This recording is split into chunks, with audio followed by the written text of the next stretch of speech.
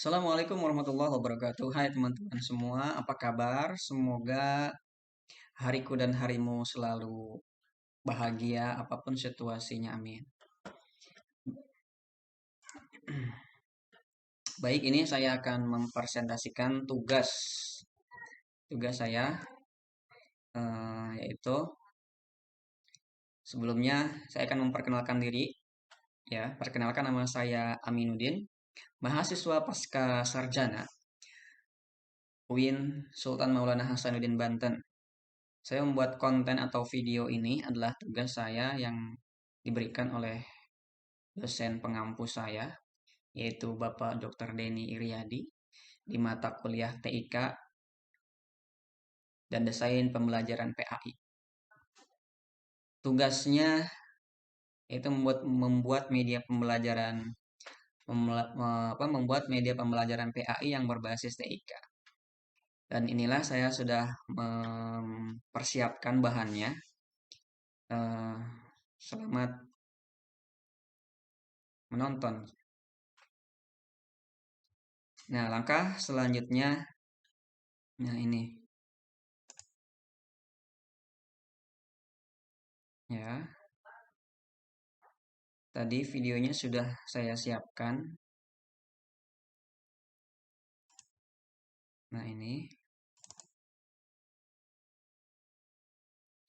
Nah, inilah PowerPoint yang sudah saya siapkan dengan media pembelajaran banyak, Canva, SlideGo, SlideBean, dan lain sebagainya.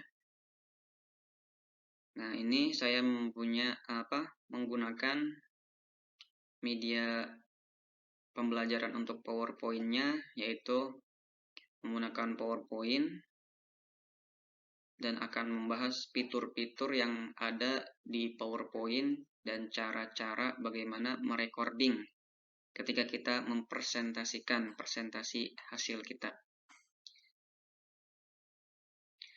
Nah, ini judul yang saya bawakan, yaitu makna pembelajaran PAI dan teori-teori yang melandasinya, oleh Aminuddin, NIM 2126-21003, Program Studi Pendidikan Agama Islam, Program Pasca Sarjana Universitas Islam Negeri Sultan Maulana Hasanuddin.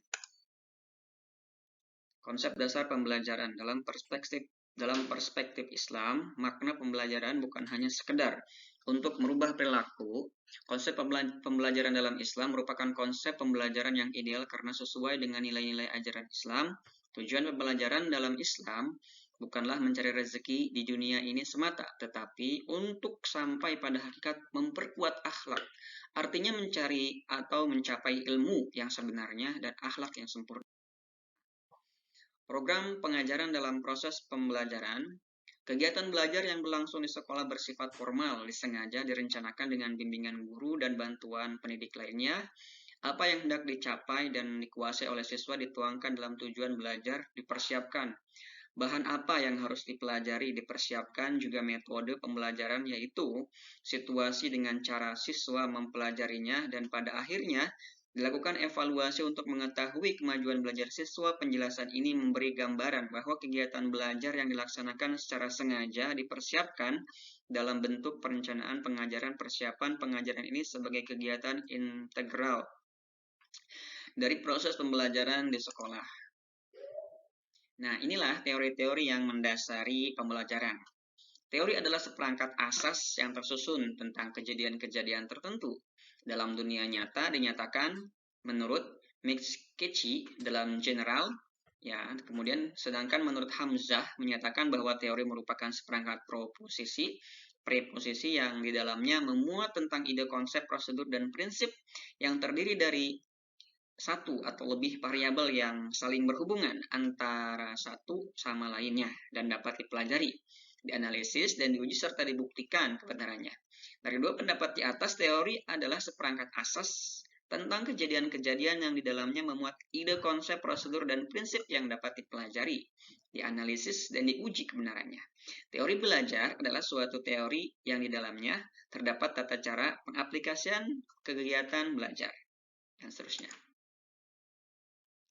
Nah, teori-teori klasik. Behavioristik. Teori behavioristik merupakan teori dengan pandangan tentang belajar adalah perubahan dalam tingkah laku sebagai akibat dari interaksi antara stimulus dan respon. Atau dengan kata lain, belajar adalah perubahan yang dialami siswa dalam hal kemampuannya untuk bertingkah laku dengan cara yang baru sebagai hasil interaksi antara stimulus dan respon. Ya, seterusnya, menurut Thorndike, kata Thorndike di sini, belajar adalah proses interaksi antara stimulus dan respon. Menurut Thorndike, perubahan tingkah laku bisa berwujud sesuatu yang dapat diamati atau yang tidak dapat diamati.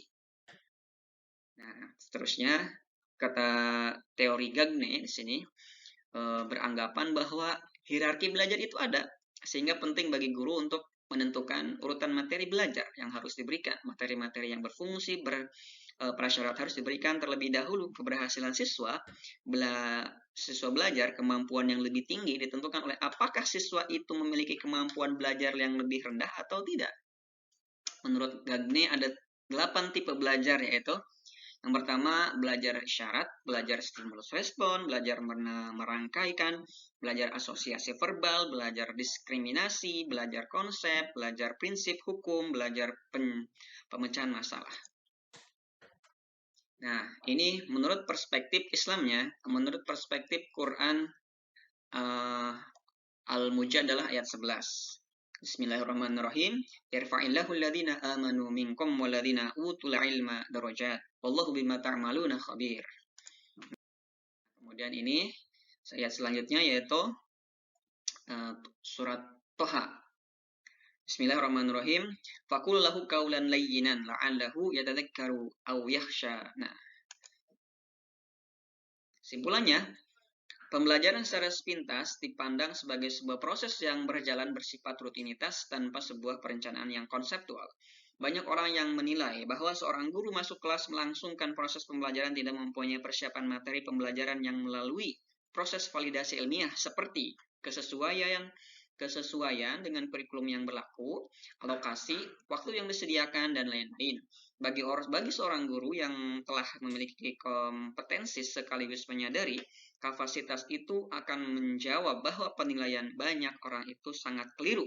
Tulisan ini membahas bagaimana konsep dasar pembelajaran dan bagaimana bentuk program pengajaran dalam proses pembelajaran menurut perspektif ilmu pendidikan. Metode yang digunakan adalah kepustakaan dengan analisis filosofis sehingga pembelajaran dipahami sebagai sesuatu yang menentukan penyelenggaraan pendidik secara nasional. Baik, terima kasih atas perhatiannya. Pastinya video ini banyak sekali kekurangan. See you next time. Wassalamualaikum warahmatullahi wabarakatuh.